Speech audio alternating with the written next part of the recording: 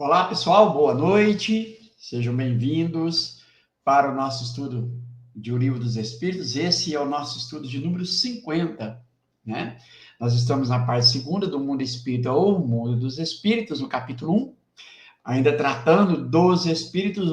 Hoje vamos iniciar um novo tema, um novo assunto, que é diferentes ordens de espíritos. Tenho aqui ao meu lado o Michel Macedo, mas antes de passar para ele, pedimos a você aí o apoio se inscrevendo em nossos canais, tá bom, pessoal? Curta, comente, compartilhe, divulgue os nossos estudos. Michel, obrigado mais uma vez aí por estarmos juntos aqui, né, para mais um estudo. Meu amigo, passo para você.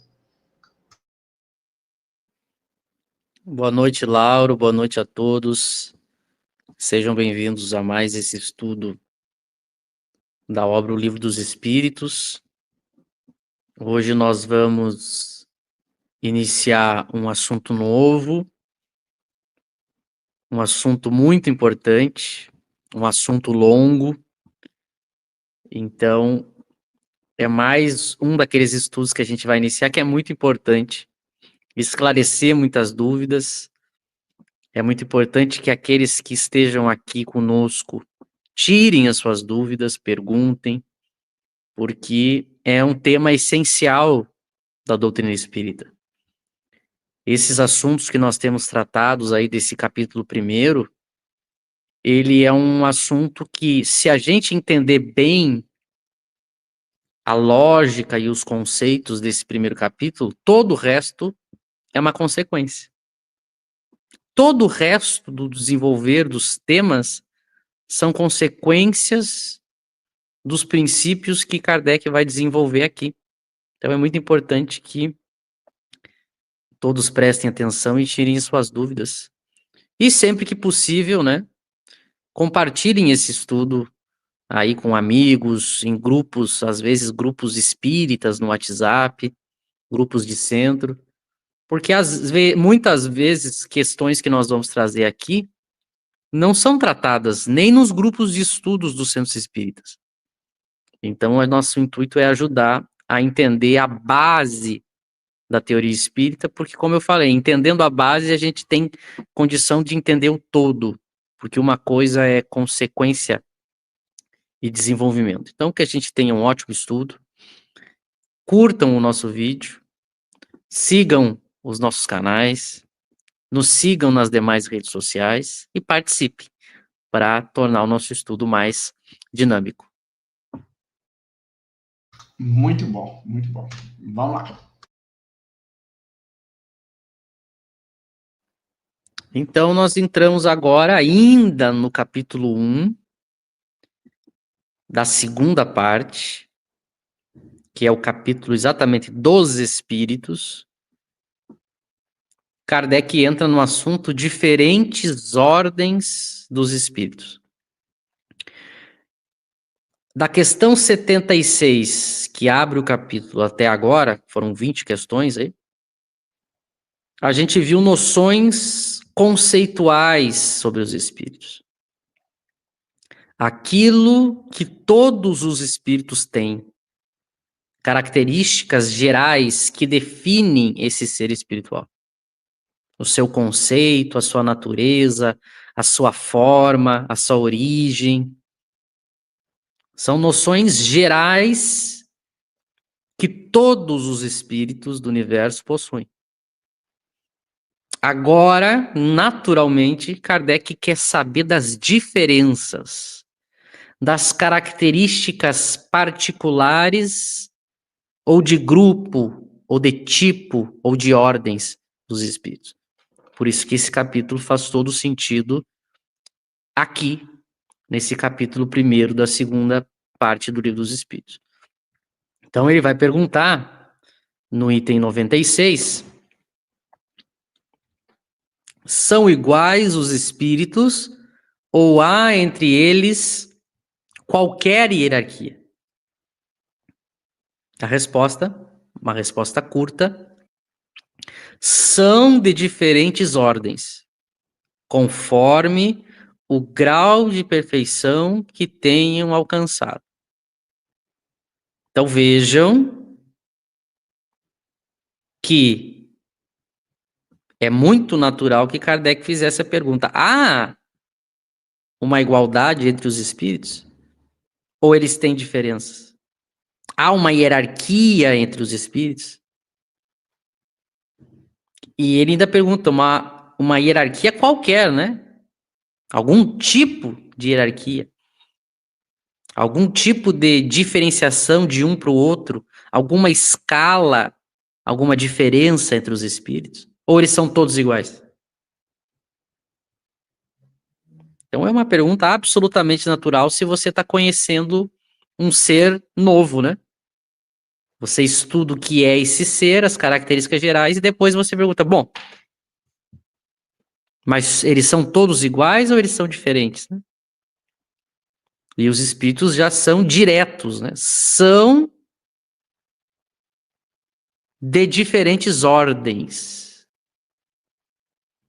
segundo o grau de perfeição que tenham alcançado, né? Ou conforme o grau de perfeição que tenham alcançado. Então a gente precisa entender o que são essas ordens, porque é o que diferencia os espíritos. O que é esse grau de perfeição que vai determinar a ordem em que o espírito vai estar? E a gente vai ver, claro, que esse grau de perfeição e essa ordem que o espírito vai estar e que vai diferenciar um espírito do outro é uma conquista do próprio espírito. É resultado do próprio espírito.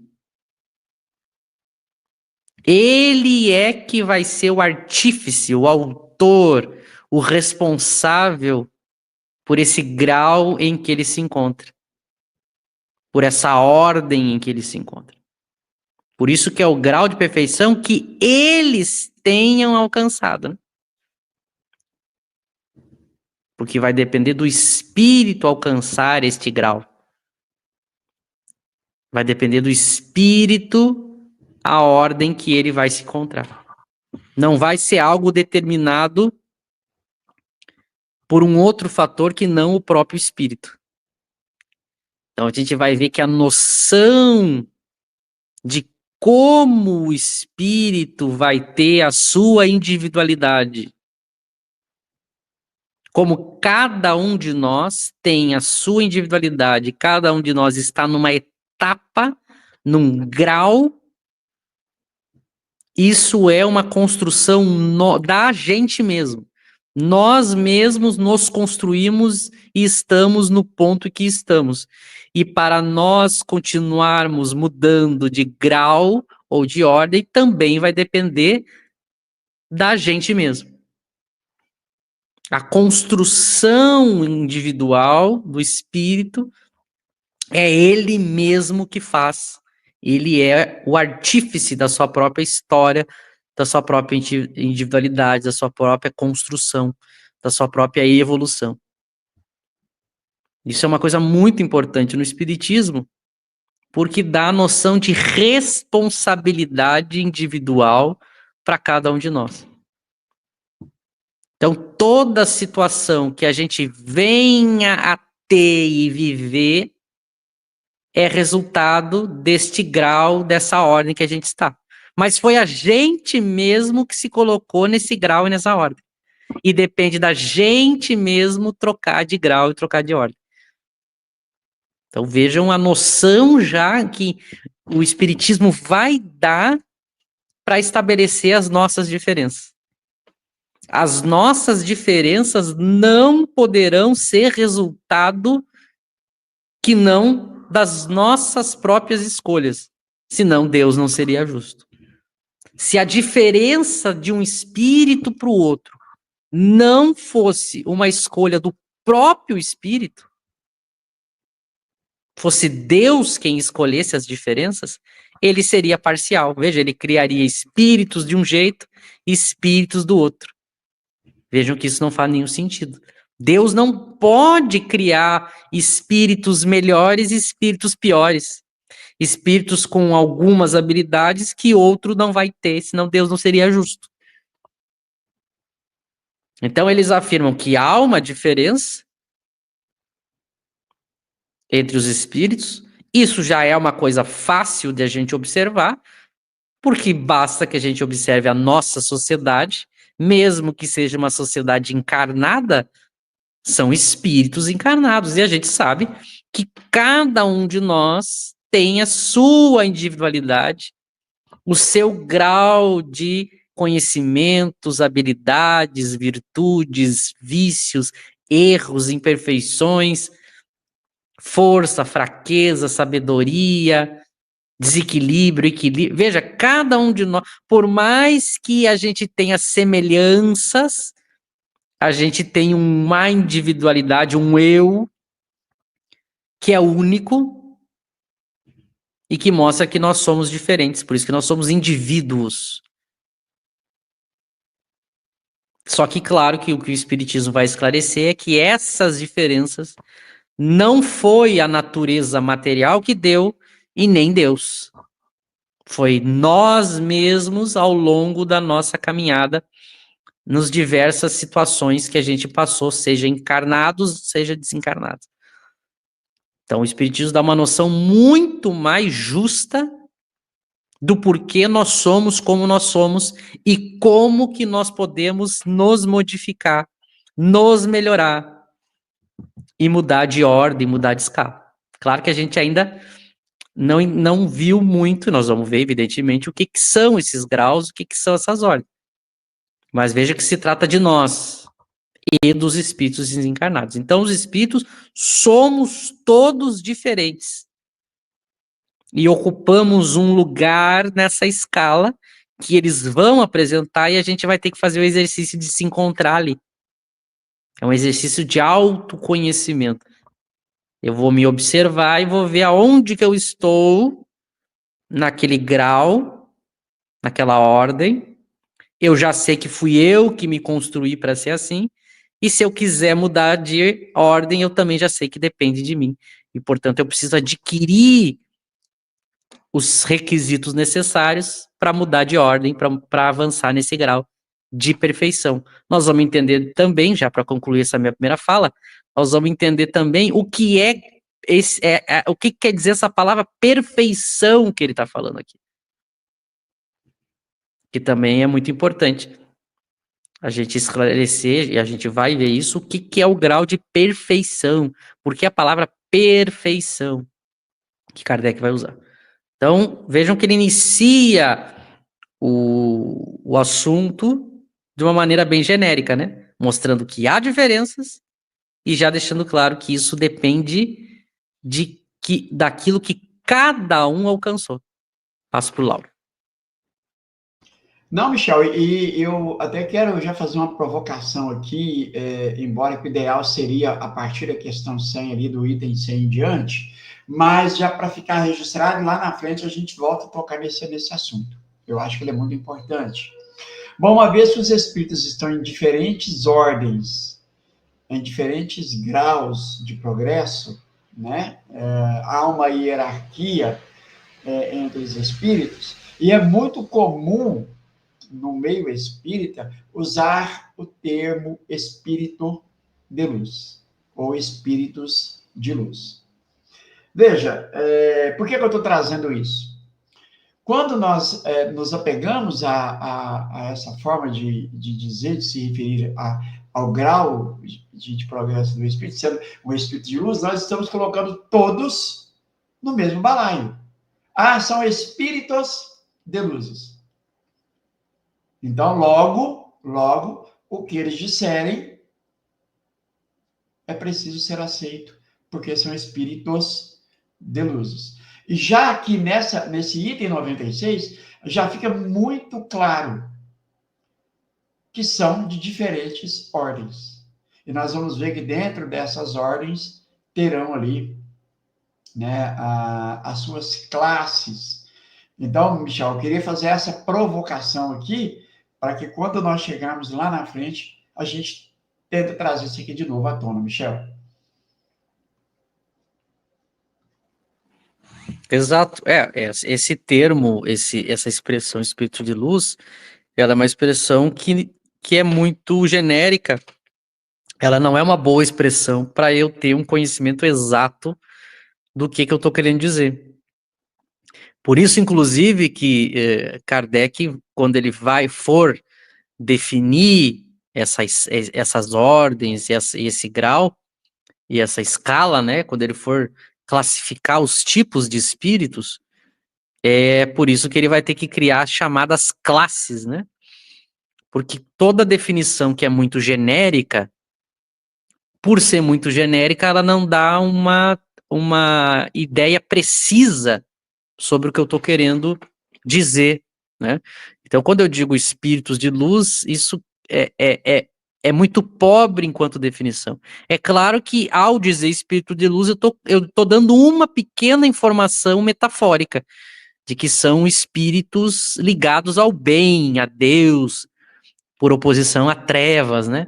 Mas mesmo assim é uma definição muito pobre, porque a gente vai ver que entender as diferenças dos espíritos exige um conhecimento mais detalhado, porque não é tão simples assim eu ao me deparar com um espírito, ou até para me avaliar, classificações genéricas, elas têm a sua importância, mas ela também tem as suas limitações. Então, por isso que Kardec, sabiamente, a gente já vai ver daqui a pouquinho, quando ele vai apresentar a classificação dos espíritos, ele vai fazer a classificação genérica, a gente vai ver por que ela é importante, ela tem uma importância, a classificação genérica, mas mesmo a classificação genérica, ele vai dar boas explicações.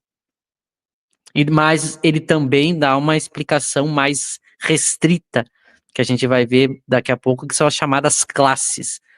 Eu posso separar os espíritos em ordens e em classes. A gente vai ver isso com bastante cuidado.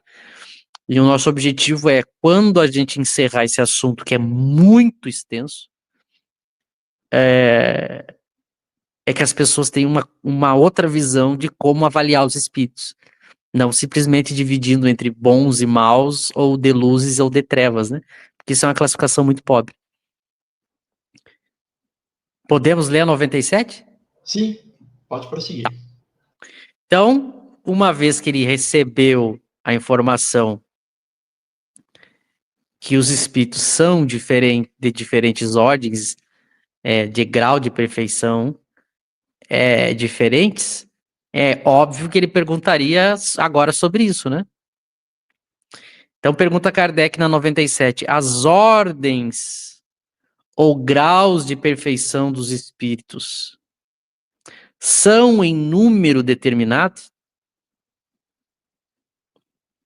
E aí a resposta, são ilimitadas em número. Porque entre elas não há linhas de demarcação traçadas como barreiras, de sorte que as divisões podem ser multiplicadas ou restringidas livremente. Todavia, considerando-se os caracteres gerais dos espíritos, elas podem reduzir-se a 3 principais. Pode baixar que tem mais um parágrafo agora. Na primeira, colocar-se-ão os que atingiram a perfeição, os espíritos puros. Formam a segunda os que chegaram ao meio da escala, o desejo do bem é sua preocupação. E pertencem à terceira os que ainda se acham na parte inferior da escala, os espíritos imperfeitos. A ignorância, o desejo do mal e todas as paixões más que lhes retardam o progresso, eis o que os caracteriza. Então vejam que ele começa aqui a apresentar essas diferenças entre os espíritos. Primeiro, Kardec quer entender, porque, veja, se eu vou classificar os seres, eu vou pegar os espíritos e vou tentar colocar eles em classificações, eu tenho que tentar achar classificações que eu deixe bem claro o tipo de espírito, o que cada classificação significa. Eu não posso deixar escapar nenhuma característica, porque senão eu teria algum espírito que não se encaixaria em nenhuma classificação. Então, a minha classificação ela tem que ser muito abrangente, por isso que eu começo ela genericamente. Toda vez que eu vou classificar alguma coisa, eu começo com classificações genéricas, porque aí eu vou colocando todo mundo, né? Imagina que eu fosse separando tipos de espírito. Eu tenho que tentar pontuar características gerais, onde eu coloque ali um grande número de espíritos, cada um num determinado ponto, né? É como qualquer tipo de classificação que a gente vai fazer, né? A gente começa da parte genérica para ir adentrando as particularidades. Qualquer divisão é assim, né? Então a gente tem. É a mesma coisa quando a gente olha um mapa, né? O mapa ele é um bom exemplo de classificação. Eu tenho os continentes, eu tenho os países, aí dentro dos países eu tenho os estados, eu tenho as cidades. Aí se eu entro no mapa da cidade, eu tenho os bairros. Aí se eu entro no detalhe dos bairros, eu tenho as ruas. Aí nas ruas eu tenho a numeração das casas. E se eu entro dentro de cada casa, eu tenho um número de peças, né?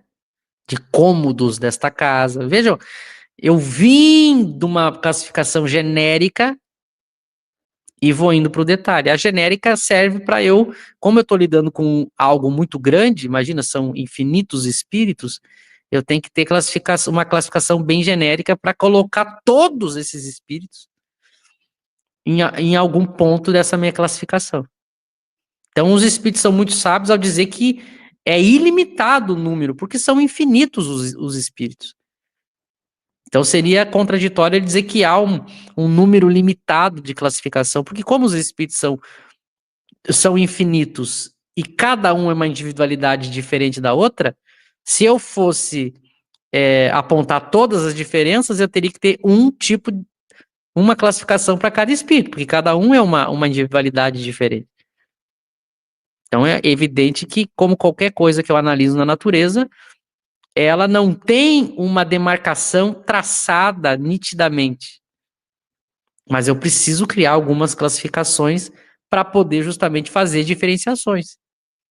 Mas a gente vai ver que dentro dessas classificações eu tenho pontos semelhantes. Eu tenho diferenças e tenho semelhanças, como qualquer classificação. Quanto mais eu entro no detalhe, claro que mais difícil fica classificar, porque eu tenho que aumentar o número de classificações, né? Como eu dei o exemplo do mapa, né? Por isso que eles dizem, as divisões podem ser multiplicadas ou restringidas, né? Livremente. Mas aí eles propõem, porque a gente precisa ter, embora elas sejam ilimitadas, a gente tem que ter alguma coisa, tem que ter algo para classificar. É exatamente o exemplo do mapa, é um bom exemplo. Eu tenho que ter algum tipo de demarcação para poder fazer diferenças. Então eles vão começar com, e ele diz, considerando os caracteres gerais dos espíritos. Eles podem reduzir-se a 3 principais. Então os espíritos criam 3 divisões para colocar os espíritos. Então a gente vai imaginar todos os espíritos e a gente vai colocar em alguma dessas 3 os espíritos que a gente tem, inclusive a gente mesmo. Porque isso é assim a classificação. Como é que eu classifico cada tipo de espírito? Então eu tenho 3 ordens gerais que vão definir todos os tipos de espíritos. E aí ele começa a apresentar. Antes de entrar nessa divisão, tu quer colocar alguma questão? Quer comentar, Lauro? Não, Michel, pode prosseguir. Então, vejam, a primeira das 3, Na primeira, colocar-se-ão os que atingiram a perfeição, os espíritos puros. Então, primeira classificação, primeira ordem, espíritos puros. Característica, atingiram a perfeição. Não tem, vejam que é a definição mais curta. Qual é o nome dessa primeira classificação? Espíritos puros. Características deles, atingiram a perfeição. Então eu tenho um conjunto de espíritos que estão na primeira ordem. Eles atingiram o grau máximo de perfeição. Eles atingiram a perfeição. Então não tem mais nada para subir, para evoluir, para aprender. Certo? São os espíritos puros.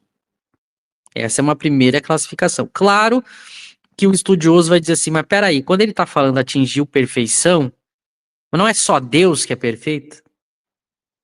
Muito cuidado com as palavras, o significado e o contexto em que as palavras estão. A gente vai ver, no decorrer do estudo dessa escala, que essa perfeição que ele se refere aqui é a perfeição dos espíritos. Significa que entre eles, os espíritos, tem um tipo que atinge o máximo de perfeição possível de um espírito atingir. Por isso que é uma perfeição do espírito puro. Ou seja, ele atingiu tudo. Não há nenhum outro espírito acima dele. Ele está acima de todos os outros espíritos. Vejam que aqui a referência não é Deus. Muito cuidado. Aqui ele está falando da perfeição dos espíritos. Ou seja, de todas as ordens que há, ele atingiu e ele sabe e detém tudo acima das outras. É uma perfeição relativa a eles mesmos. Não tem nada a ver aqui com a discussão de Deus. Aí tem gente que quer corrigir Kardec e fala assim, é a perfeição relativa. Muito cuidado para colocar palavras que Kardec não usou. Porque quando eu uso perfeição relativa dentro da escala, eu estou gerando uma contradição. Porque a perfeição que o espírito puro adquire com relação aos outros espíritos não é relativa, ela é absoluta. Ele não é relativamente mais perfeito que os outros espíritos, ele é absolutamente perfeito em relação aos outros espíritos da escala. Então, para diferenciar a perfeição do espírito puro da perfeição de Deus, a pessoa coloca aqui perfeição relativa, mas é que aqui o estudo não está colocando como referência a relação dos espíritos com Deus. Então Kardec foi correto ao usar o termo perfeição e não perfeição relativa. Porque a relatividade aqui ela é em relação a Deus, mas aqui não é uma discussão que tenha Deus na discussão. Vejam que é diferentes ordens dos espíritos. E se eu colocar a palavra relativo, está errado, porque ele não é relativamente perfeito em relação aos outros espíritos. Ele é absolutamente perfeito em relação aos outros espíritos. Então, a gente tem que ter muito cuidado. Claro que, se alguém perguntar, o espírito puro se torna perfeito como Deus? Não. Não. Então, muito cuidado para entender o contexto onde cada coisa está inserida, para a gente não gerar contradição. Porque, às vezes, na ânsia de querer... Porque tem muita gente que acha que vai corrigir Kardec. E quando a gente mexe numa obra de um gênio, a gente quer fazer melhor, dificilmente a gente vai fazer. Então, cuidado para não ficar colocando palavras, porque ele fez muito bem de não usar a palavra relativa aqui, porque aí geraria uma confusão. Mas ele sabia muito bem que eu não posso estudar nada sem analisar o contexto. Por isso que é diferentes ordens dos espíritos. Entre os espíritos, eu tenho os espíritos puros, os espíritos perfeitos. Entre os tipos de espíritos. Depois a gente vai estudar melhor, é claro que ele vai aprofundar o que é esse espírito puro. E vai, inclusive, dar um exemplo de um espírito puro. Mas o importante é primeiro a gente ter essa noção. Então, há um tipo de espírito, há espíritos que chegaram na ordem primeira. Espíritos puros, eles atingiram a perfeição. Mas eu tenho os espíritos que estão no meio da escala, que são da segunda ordem. Daí ele diz: o desejo do bem é sua preocupação. Olha que interessante. O estudioso que estiver nos vendo agora, e não se preocupe porque a gente vai estudar isso, tá? Eu só estou adiantando algumas coisas. Mas de repente alguém que está estudando pela primeira vez pode se perguntar assim, bom, se o que está no meio da escala, o desejo do bem é a sua preocupação, mas qual é a preocupação então no que está na primeira ordem? Ele não tem preocupação com o bem? Por que é o da segunda ordem que tem o bem como preocupação? Então, qual é a preocupação do espírito da primeira ordem? Então, vejam que é uma questão que a pessoa novata no estudo de uma filosofia, ela pode se fazer. Mas não se preocupem que Kardec vai explicar o que isso quer dizer. Outra coisa, por que a palavra desejo do bem e não só o bem? Ele poderia ter dito o bem é a sua preocupação, mas por que ele diz o desejo do bem? A gente vai ver isso também. Ele vai explicar depois por que o espírito de segunda ordem tem o desejo do bem como preocupação. E o que é esse desejo do bem e por que o desejo do bem? Mas por enquanto a gente vai pegando aí os conceitos. Eu tenho o da primeira ordem, que é atingir a perfeição, o da segunda ordem, que o desejo do bem é a sua preocupação, e eu tenho da terceira, os que ainda se acham na parte inferior da escala. Os espíritos imperfeitos. Aqui eu tenho duas informações sobre esse nome que ele dá para a terceira ordem. Primeiro que ele fala que o da terceira é da parte inferior da escala. O que ele está querendo dizer? O da primeira e o da segunda ordem pertencem à parte superior da escala. E o da terceira ordem pertence à parte inferior da escala. Então eu tenho duas classificações. Eu tenho os espíritos superiores e eu tenho os espíritos inferiores. Tá? Espíritos superiores e espíritos inferiores. Os superiores são quais? Os da primeira e da segunda ordem. E os inferiores são os da terceira. Então veja que eu tenho uma classificação binária, superior e inferior, e eu tenho uma definição em 3. Qual que é? Puro, bom, que é o da segunda ordem, que ele já vai dar o nome de bom, e espírito imperfeito. Outra coisa interessante, o nome do espírito da terceira ordem, desse grupo, é espíritos imperfeitos. Mas vejam que é o nome da escala. Não é um adjetivo imperfeito. Porque se fosse um adjetivo, eu só teria duas, né? Eu tenho os perfeitos e tenho os imperfeitos. Mas por que eu tenho no meio ali uma segunda?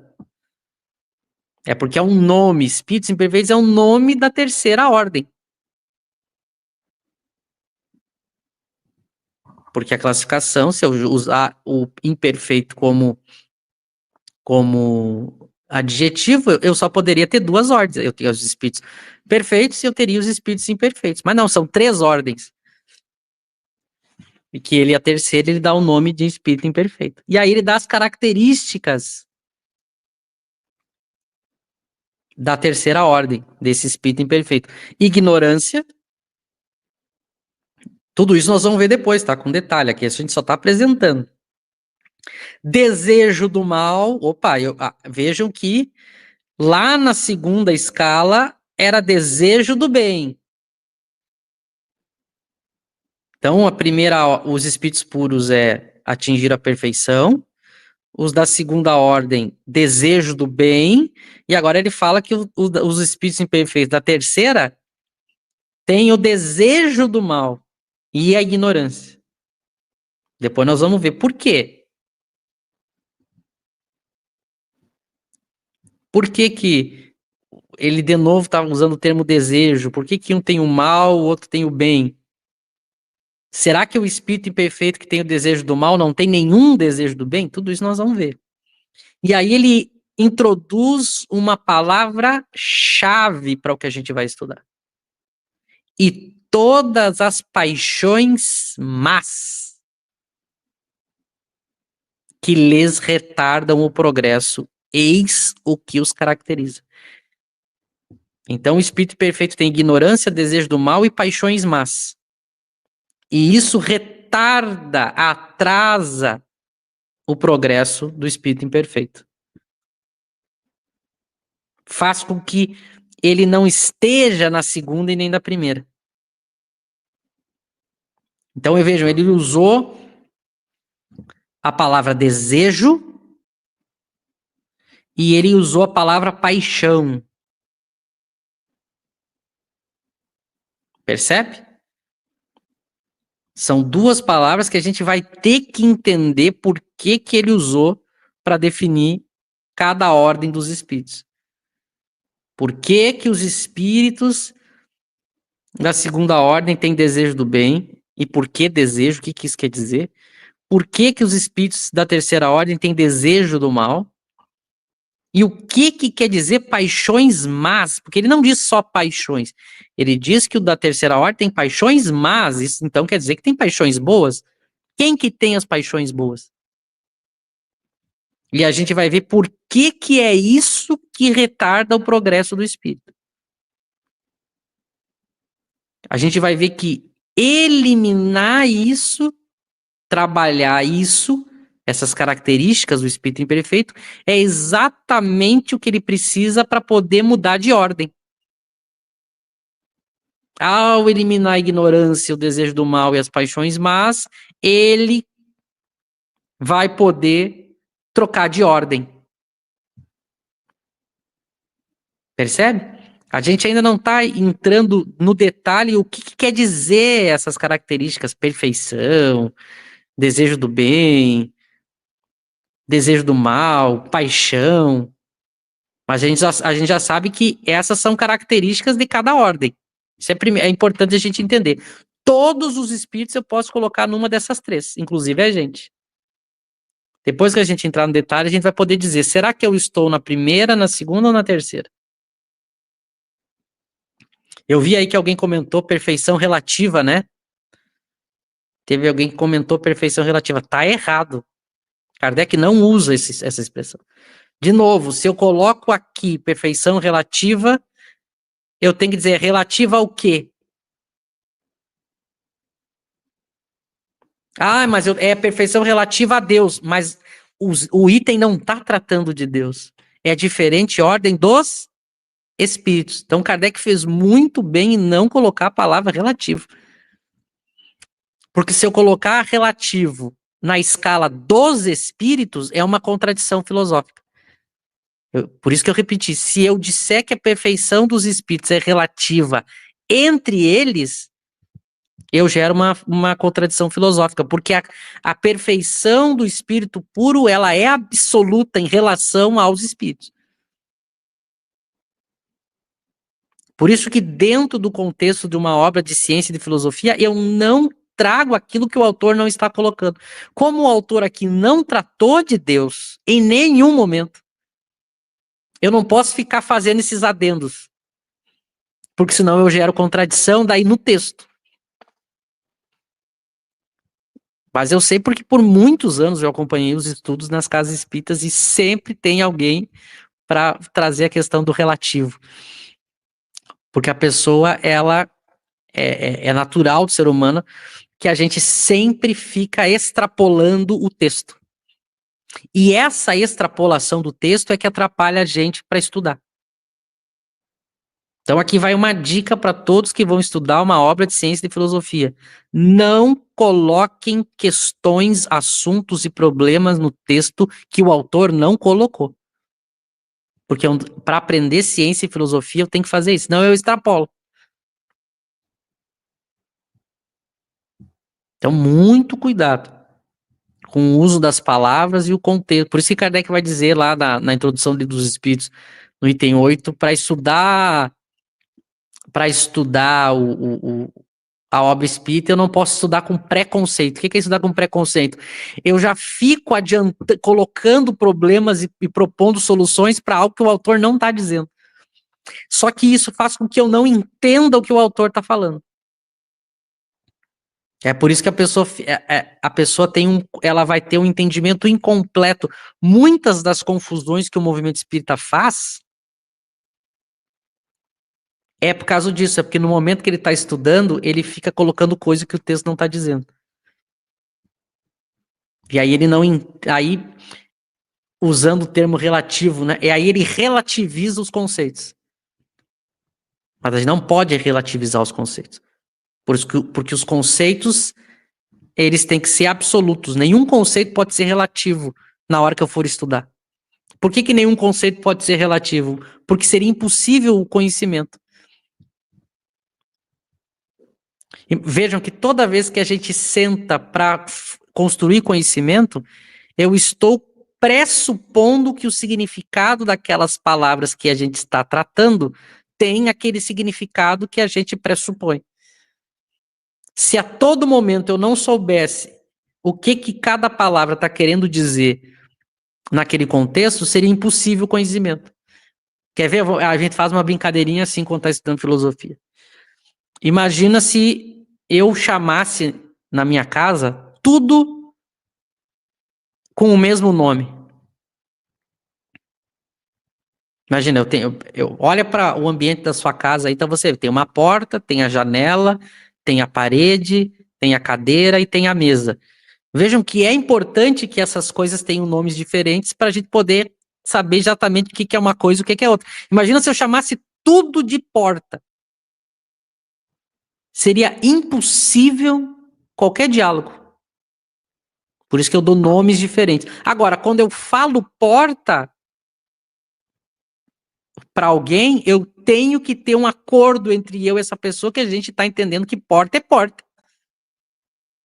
Porque se cada vez que eu falar porta, ele mudou o que quer dizer porta, vejam, nenhum diálogo seria possível. Então, muito cuidado com a relativização ou tentar levar para o subjetivo as palavras, porque aí o diálogo fica impossível. É por isso que os bons autores não fazem isso, eles dão uma definição e ficam com elas. Enquanto não muda a referência e o contexto, é aquilo ali. Porque senão não há nenhuma forma de entendimento possível. É muito curioso que quando a gente vai a discutir alguns erros do movimento espírita,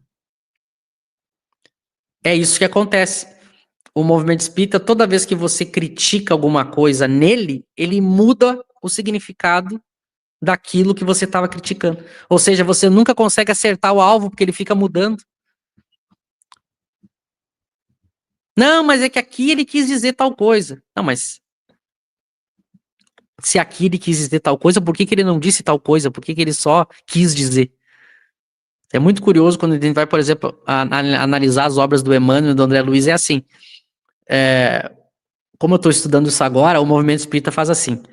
O Emmanuel diz assim, o André Luiz diz assim, o umbral é um lugar.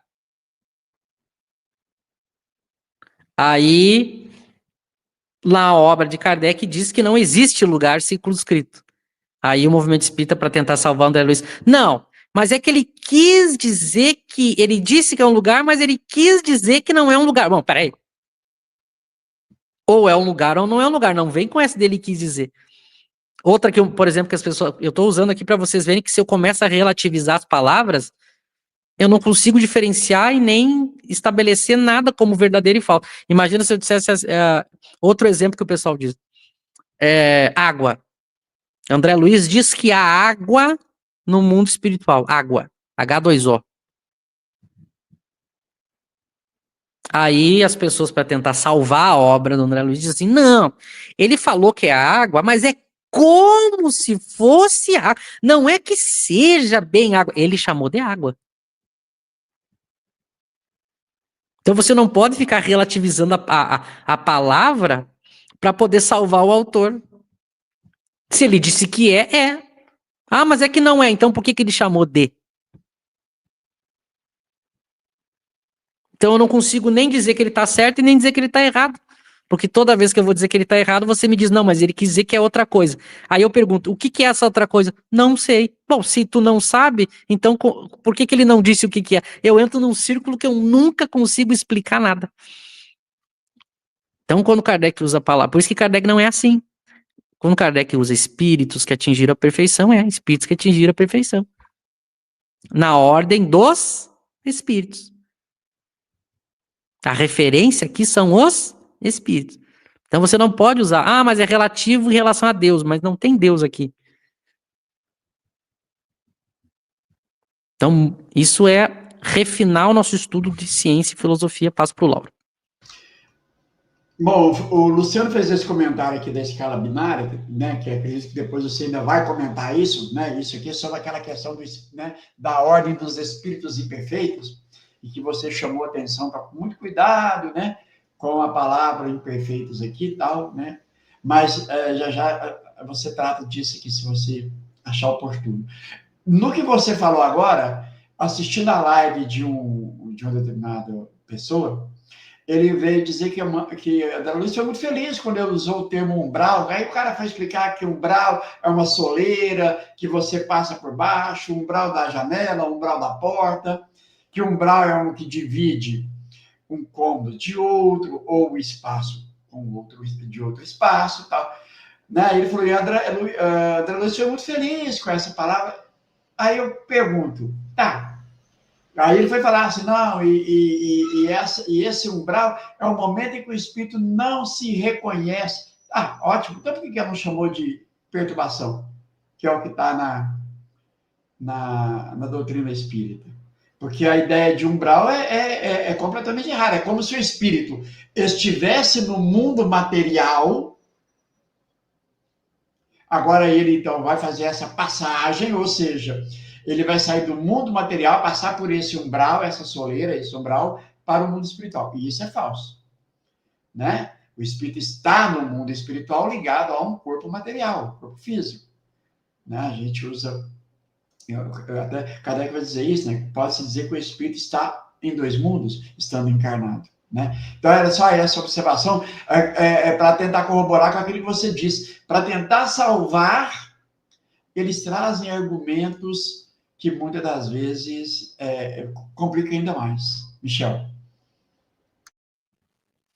A tática desses espíritos é pegar os conceitos e tornar eles subjetivos. Por quê? Porque toda vez que você aperta para saber se é verdade ou se é falso, tu não consegue pegar eles. É parecido com, a gente brinca, é parecido com o discurso de político. O discurso do político, ele fala uma coisa que dependendo se ele precisar, ele diz que quis dizer uma coisa, dependendo se ele precisar, ele diz que quis dizer outra. Ou seja, é exatamente a característica do picareta. Ele não é claro, ele é subjetivo. Por quê? Porque se ele vê que a coisa entortou de um lado, ele diz, não, eu quis dizer outra coisa. Então ele deixa sempre vago, que é para poder enganar. Isso é típico dos espíritos inferiores. Por isso que o próprio fato do espírito fazer isso já denuncia que ele é um espírito superior. Os espíritos superiores, a gente vai ver isso, eles são muito claros. Olha, eu quis dizer isso. Ponto. Aliás, o tempo todo na obra de Kardec ele vai dizer isso. Eu escrevo de forma clara, para não deixar dúvida. Eu não deixo nada ambíguo, confuso. Eu, por muitos anos, eu lia isso em Kardec e ficava, mas como é que Kardec diz isso? E o movimento espírita vive em pé de guerra para interpretar as obras de Kardec. Até que eu entendi. É porque o movimento espírita não lê Kardec, esse é o primeiro ponto, e quando lê, não toma a sério o que ele está dizendo. Se tu não toma a sério o que ele está dizendo, aí sim, aí tu nunca tem uma clareza para nada.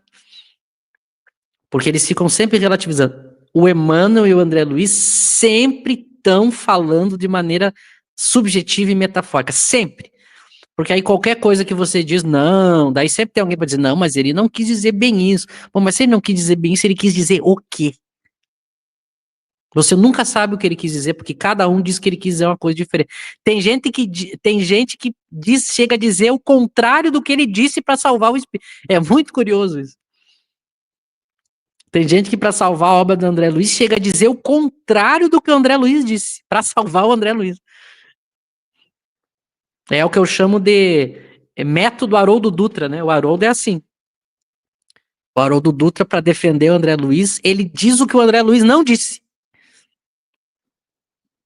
Então ele chega a contrariar o próprio André Luiz para salvar o André Luiz. Aí você vê que tem problema no texto do André Luiz. Porque você precisa fazer isso.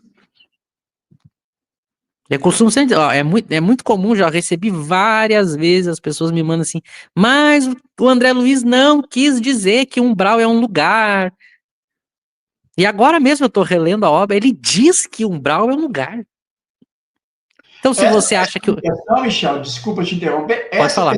essa pessoa em questão que eu falei aqui, disse isso. André Luiz nunca disse que é um local. Uhum. Justamente isso. E ele diz várias vezes de várias formas, né? Bom, é só ler o texto, né? Tanto que ele diz, foi para o umbral, chegou, foi resgatado de lá, saiu de lá, veio para cá. Se não é um lugar, como é que eu vou? Eu digo assim para ti, eu vou até o umbral resgatar o Lauro. Isso não é um lugar?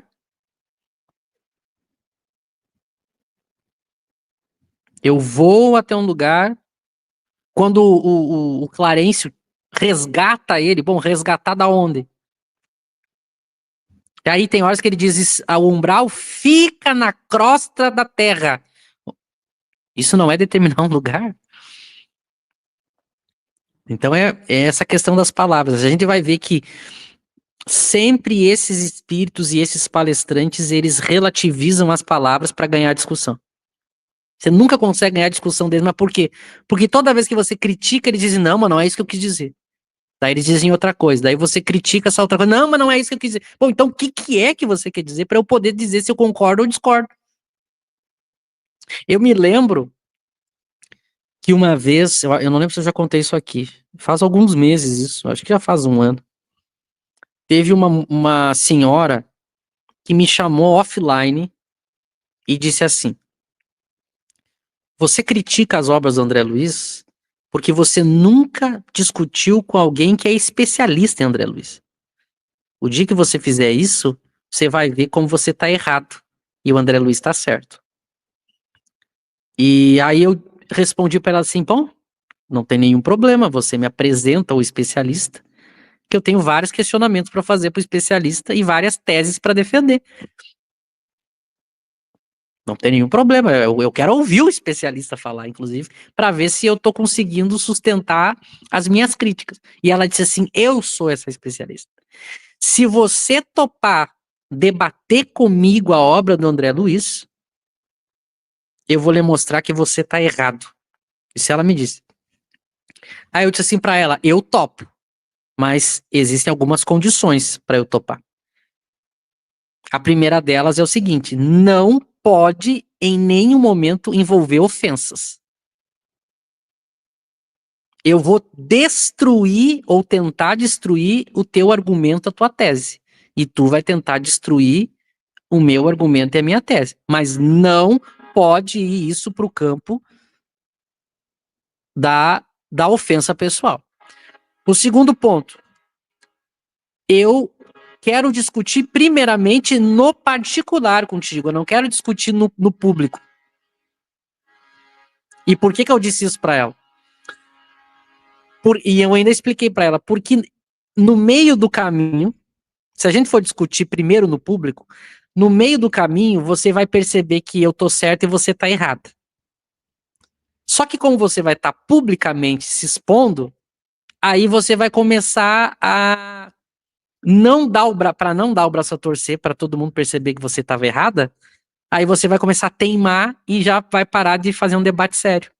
Então a gente conversa primeiro no particular e depois a gente pode fazer essa discussão em público. Mas primeiro a gente faz um teste em particular, porque senão vai parecer que você vai se sentir humilhada. E ela topou. Lauro, até hoje eu não consegui entender nem o que ela defende. Olha que coisa curiosa. Por que eu puxei essa história? Que é o exemplo que a gente está conversando hoje. Ela não conseguia explicar o que ela defende. Eu não consegui nem discordar dela, porque eu não consegui entender o que ela defendia. Porque ela era tão fascinada em André Luiz, que ela acabou pegando a característica dele. Eu não conseguia entender o que ela estava defendendo na tese dela, para eu poder dizer concordo ou discordo.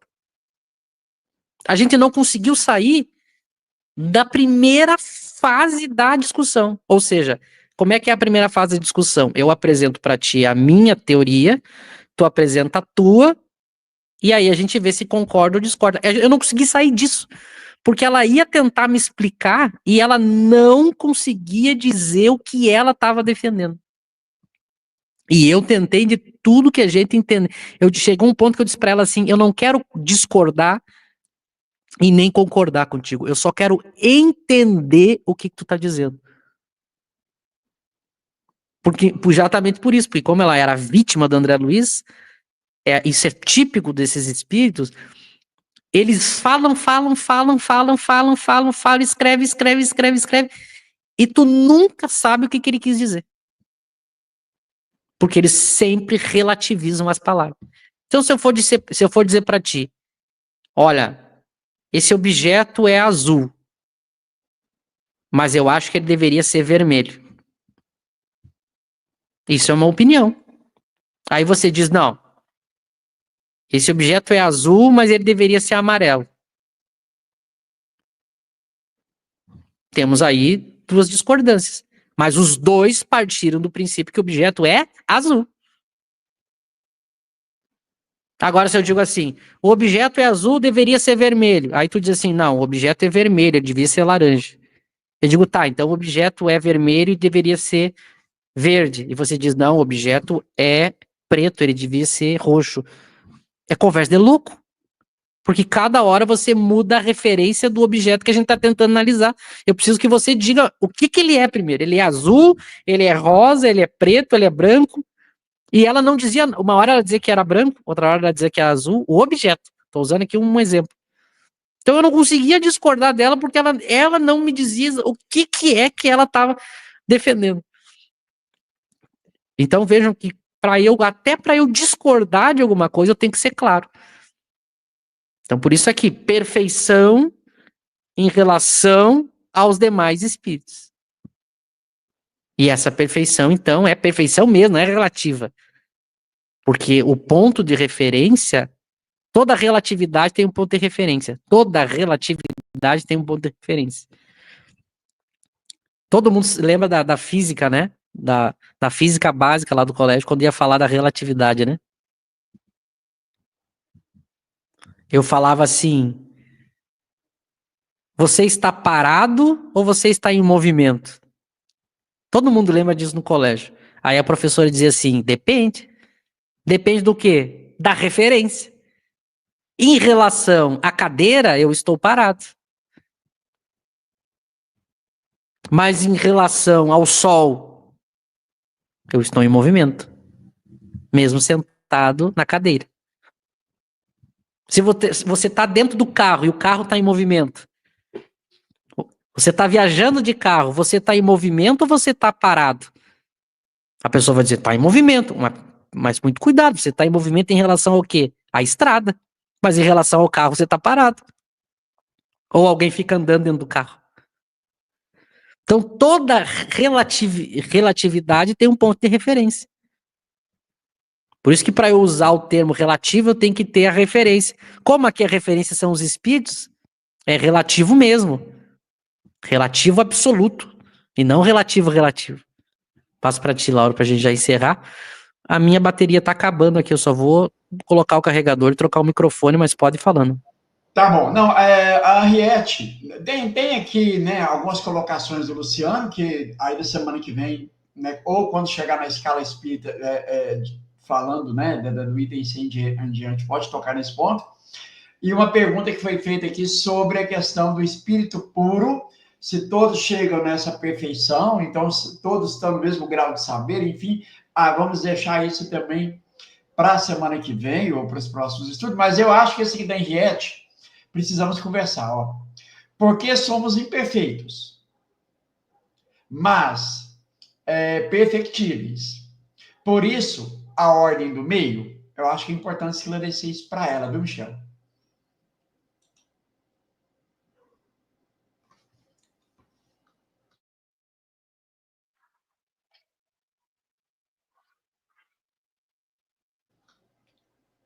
Tranquilo, tranquilo. Tá me ouvindo bem? Sim. Tá. Deve ter perder um pouco de qualidade, mas dá para ouvir. A pergunta é: por que somos imperfeitos, mas perfectíveis? Por isso a ordem do meio. É que imperfeito vai ser um nome, tá? Imperfeito vai ser o nome da escala.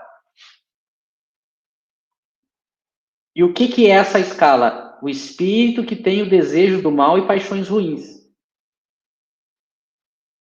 Isso é o espírito imperfeito. Tá? É nesse sentido de imperfeito. Por isso que não é imperfeito adjetivo. E acho, Michel, que seria bom você tocar no assunto sobre a ordem do meio, para ela entender quando o Kardec vai falar que está no meio E esse meio, esse meio, que é a segunda ordem, são os chamados espíritos bons, que têm o desejo do bem como preocupação. Então, o espírito imperfeito tem o desejo do mal, o espírito bom tem o desejo do bem e o espírito puro, a perfeição. Tá? Então, não entenda, aqui nós somos perfectíveis, no sentido que a gente pode se tornar perfeito. Entende? Mas não é isso que Kardec quis dizer. Ele quis dar um nome para uma ordem, para um grupo, uma classificação. Eu vou chamar de imperfeito aquele espírito que tem o desejo do mal. Porque depois, a Henriette não precisa se preocupar, porque depois nós vamos entender, quando ele for entrar na escala, uma por uma, ele vai detalhar daqui a pouco, a partir do item 100, ele vai explicar o que ele quer dizer por imperfeito. Porque aqui é imperfeição moral. Muito cuidado.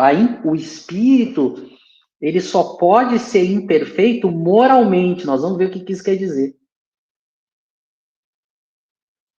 Porque isso, filosoficamente, é bem sutil, tá? Porque do ponto de vista da natureza, os espíritos não são imperfeitos. Sabe por que do ponto de vista da natureza, o espírito não pode ser imperfeito? Porque ele é criado por Deus. Deus não poderia criar algo imperfeito. Deus não poderia criar algo imperfeito, porque ele é a perfeição absoluta. Se ele criou os espíritos não podem ser criados imperfeitos. Não pode ter imperfeição no espírito. Por isso que essa imperfeição aqui, nós vamos ver, ela é moral. Moralmente, a gente pode ser imperfeito. Mas a capacidade de se tornar espírito imperfeito está dentro da perfeição de Deus. Porque são as suas leis funcionando. O espírito seria imperfeito, do ponto de vista da sua natureza, se uns evoluíssem e outros não. Aí tem uma imperfeição. De novo, a imperfeição e a perfeição são sempre relativas a algo. E aqui a imperfeição é relativa à moral, à escolha que o espírito faz no mal, por isso o desejo do mal. Nós vamos ver isso com bastante detalhe, que agora eu falando assim fica tão filosófico, o pessoal é capaz de fugir. Mas a gente vai ver, do ponto de vista da natureza, os espíritos são todos perfeitos. Não existe espírito imperfeito. Todos são perfeitos, porque são criados por Deus. Até quando o espírito escolhe o mal, é porque as leis estão funcionando. Ou seja, perfeitamente as leis estão funcionando. Porque a lei permite que ele escolha o mal moral, mas nunca o mal da natureza, porque não há mal na natureza. Isso é uma coisa que Kardec vai discutir com mais profundidade depois na Gênese. Para o Espiritismo não há mal na natureza, não há nada mal naturalmente. O mal que existe é o mal moral, que é uma escolha do livre-arbítrio do espírito temporária. Então, eu sei que ficou bem filosófico, mas eu prometo que isso vai ser explicado. Como agora ele só está dando as noções gerais, a gente parou em qual? Na 97, né? Logo na 101, 102, Henriette, e todos que estão assistindo, a gente vai ver o que ele quer dizer com imperfeito. Muito cuidado com Da mesma maneira que eu tenho que ter cuidado com a palavra perfeito, eu tenho que ter cuidado com a palavra imperfeito. Porque, num certo sentido, tudo é perfeito. Por que tudo é perfeito? Porque a criação de Deus não pode ter imperfeição na criação de Deus. O único tipo de imperfeição que existe é a moral. Mas ela existe porque é justamente a perfeição de Deus que permite, que é através da lei de liberdade. Nós vamos ver isso com bastante, nós vamos ver isso com bastante detalhe nos nossos próximos estudos. Laura. É isso. E o comentário do Luciano sobre a ordem binária, a gente, com certeza você vai tocar nisso aqui, sobre a questão do espírito puro, né? São todas do mesmo grau de saber, nós vamos ver que tem que ter uma certa ponderação sobre isso. Enfim, né? O Luciano tocou aqui sobre as paixões, né? Que a gente também, as paixões más, que nós vamos também aqui tratar ao longo desse estudo, tá? Pessoal, nós vamos encerrando aqui, agradecendo a presença de cada um pelos comentários, pelas perguntas, são sempre muito importantes. Não há perguntas ruins e nem erradas, há perguntas e toda pergunta ela merece ser discutida, né, esclarecida. E quero convidar vocês para amanhã, terça-feira, às 20 horas, o nosso estudo da Revista Espírita de 1858. E na quarta-feira, às 20h30, no canal KardecTube, do Michel, o nosso estudo da obra O que é o Espiritismo. Michel, José Paniago e eu, juntamente com vocês. Tá bom, pessoal? Bom, Michel, eu já me despedi primeiro, já passo para você aí, para você já fazer o encerramento. Um abraço a todos. Eu também quero agradecer a todos, agradecer a participação de todos, né? E é um assunto muito rico. A gente vai gastar um bom tempo, a gente vai, olha, bons meses nesse assunto. Aí se preparem, porque ele é a chave para entender o Espiritismo, entender a escala espírita. Então, nos acompanhe para a gente esclarecer ponto por ponto, porque são poucos os lugares que vão estudar a escala espírita assim, tá? Com essa sutileza. Uma boa noite a todos e um bom resto de semana.